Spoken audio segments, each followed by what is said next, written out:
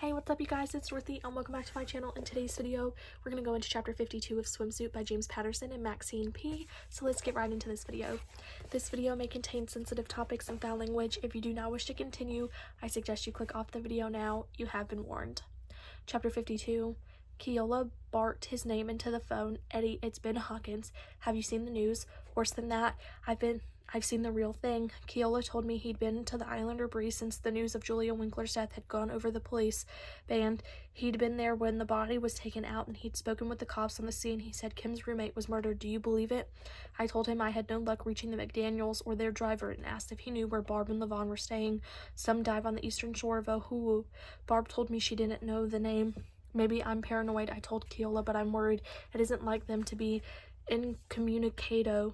I'll meet you at their hotel in an hour, Keola said. I arrived at the Whaler Princess just before 8 a.m. I was heading to the front desk when I heard Eddie Koala calling my name. He came across the marble floor at a trot. His bleached hair was damp and wind-combed, and fatigue dragged at his face. The hotel's day manager was a young guy wearing a smart $100 tie and a blue gabardine jacket with a name tag reading Joseph Casey. When he got off the phone, Keola and I told Casey our problem, that we couldn't locate two of the hotel guests, and we couldn't locate their hotel comp driver either. I said they were concerned for the McDaniels' safety. The manager shook his head and said, we don't have any drivers on staff, and we never hired anyone to drive Mr. and Mrs. McDaniels, not somebody named Marco Benvenuto, not anyone. Why, we don't do that, never have. I was stunned into an open-mouthed silence. Keola asked, why would this driver tell the McDaniels he'd been hired and paid for by your hotel? I don't know the man, said the manager. I have no idea. You'll have to ask him. Keola flashed his ID, saying he was employed by the McDaniels, and asked to be led into the room. After clearing Keola with the head of security, Casey agreed. I took a phone book to a plush chair in the lobby.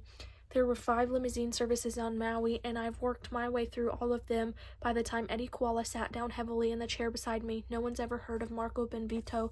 I told him, I can't find a listing for him in all of Hawaii. The McDaniels room is empty too, Koala said, like they were never here. What the hell is this? I asked him. Barbara and Levon left town and you didn't know where they were going? It sounded like an accusation.